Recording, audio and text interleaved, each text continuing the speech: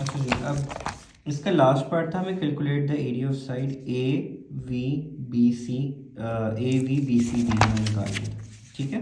That is A V B C D, ये पूरा हमें जो था कवर। सबसे पहले हम एरिया ऑफ सेगमेंट निकाल लेते हैं।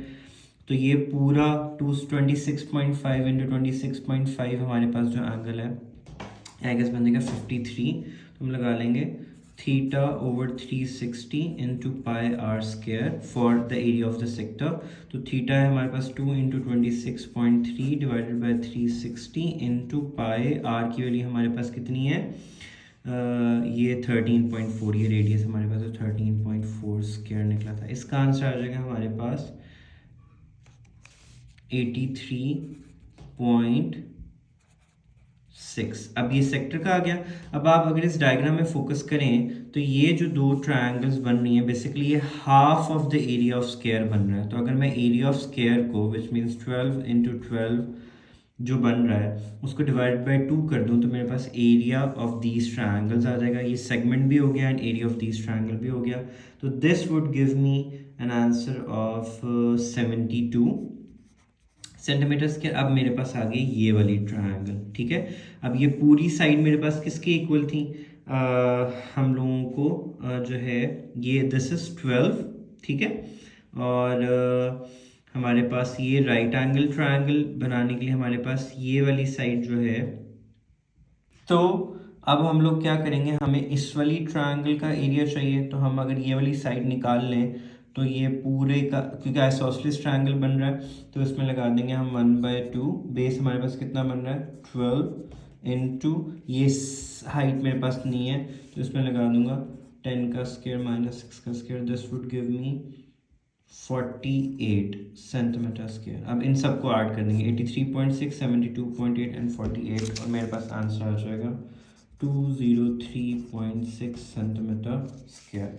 ये हाफ, इसका हाफ कर दिया क्योंकि इन दो ट्रायंगल्स को अगर हम कंबाइन करें तो ये हाफ ऑफ द स्क्वायर बनता है। तो यहाँ पे हाफ का फॉर्मूला लगा दिया मैंने।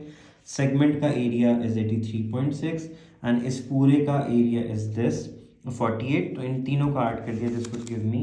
नेक्स्ट क्वेश्चन के अंदर focus on this equation y is equal to 3 cos 2x y is equal to this करके हमने सबसे पहले ये टेबल जो है ये कंप्लीट करना है।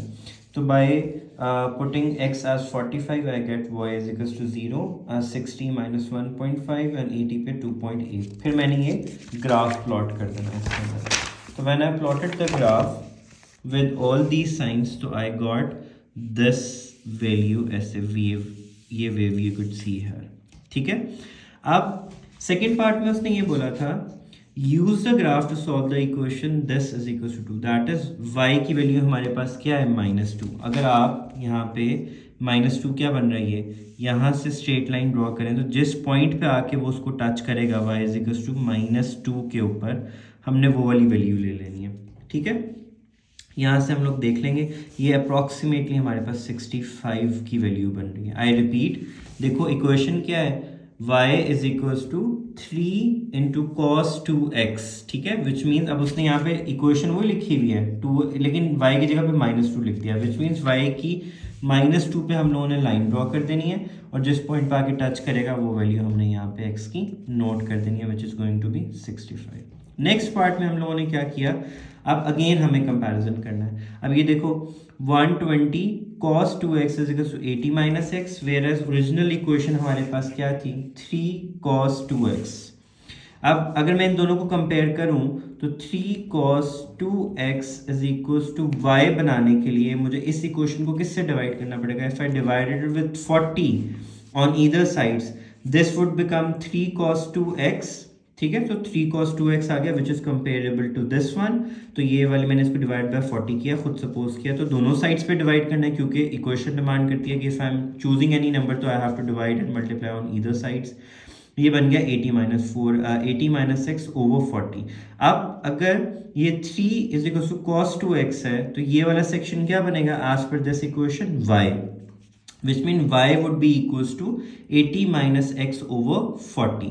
अब इसमें आपने क्या करना है, x की एक दफ़ा वैल्यू 0 पुट करके देखो तो y का आंसर आता है 2, एक दफ़ा आप x की वैल्यू 40 पुट करके देखो तो y का आंसर आता है 1। अब हमने ये दो कोऑर्डिनेट्स जो हैं यहाँ पे ड्रॉ कर देना है। पहला क्या था 0, ठीक है, x की वैल्यू 0 एंड y की वैल्यू 2, ठीक है। दूसरा कोऑर्डिनेट क्या था 40 एंड 1, तो ये मेरे पास आ गया, x की वैल्यू क्या है मेरे पास, ये मेरे पास 40 और y की वैल्यू मेरे पास क्या है यहाँ से 1, तो y की वैल्यू हमारे पास 1 के अकॉर्डिंगली ये लाइन बन जाएगा। तो हम ये दो कोऑर्डिनेट्स के ऊपर ये एक लाइन ड्रॉ कर देंगे, ठीक है। That was what the question was demanding. फिर उसने कहा था calculate the volume of each shape, a cuboid with a square of side. Cuboid का फॉर्मूला क्या होता है, उनको हम 5 इंटू 5 इंटू स्लैंट हाइट से मल्टीप्लाई कर देंगे। I will get the volume of the cuboid. Sphere of radius का फॉर्मूला, स्फेयर का क्या होता है 4/3 पाई आर क्यूब, रेडियस उसने दिया हुआ पुट कर देंगे।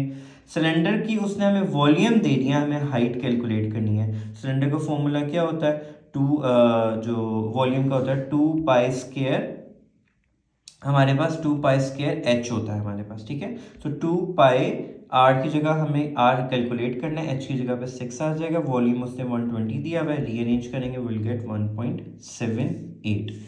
फिर उसने बोला था a cone has a volume of 120 centimetre cube whereas the height is 6 centimetre, ठीक है। So this height is 6 centimetre. तो सबसे पहले हम रेडियस कैलकुलेट कर लेंगे।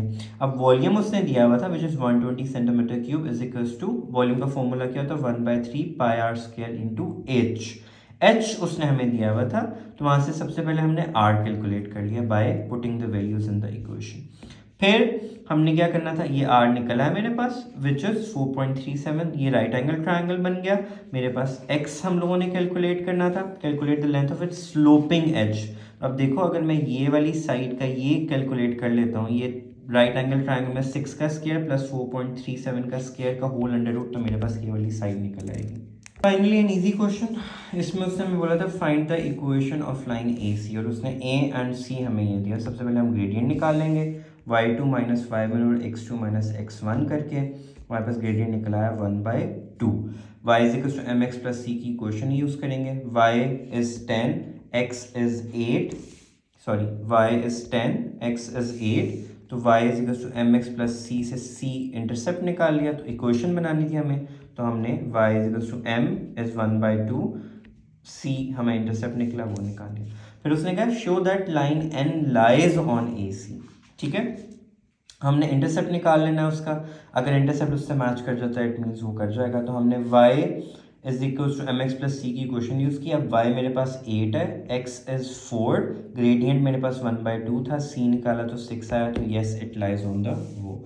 अब उसने क्या find the equation gradient is perpendicular. Perpendicular का मल्टीपल टाइम्स हम क्वेश्चन कर चुके हैं, -1/m होता है, तो -1 और m की वैल्यू क्या थी हमारे पास, m की वैल्यू हमारे पास 1/2 थी, तो 1/2 करेंगे तो इज इक्वल टू -2 हो जाएगा। बस इक्वेशन लिखनी थी आगे, तो y is equal to mx plus c, y is 8 क्योंकि वो इसी यही वाली इक्वेशन को हम लोग ले रहे हैं n के रिस्पेक्ट से, तो y is 8, x is this time sorry gradient is -2, x is 4 into c, तो y इंटरसेप्ट निकल आया c, तो y is equal to mx plus c की इक्वेशन लगा के हम लोगों ने इसकी भी इक्वेशन निकाल ली।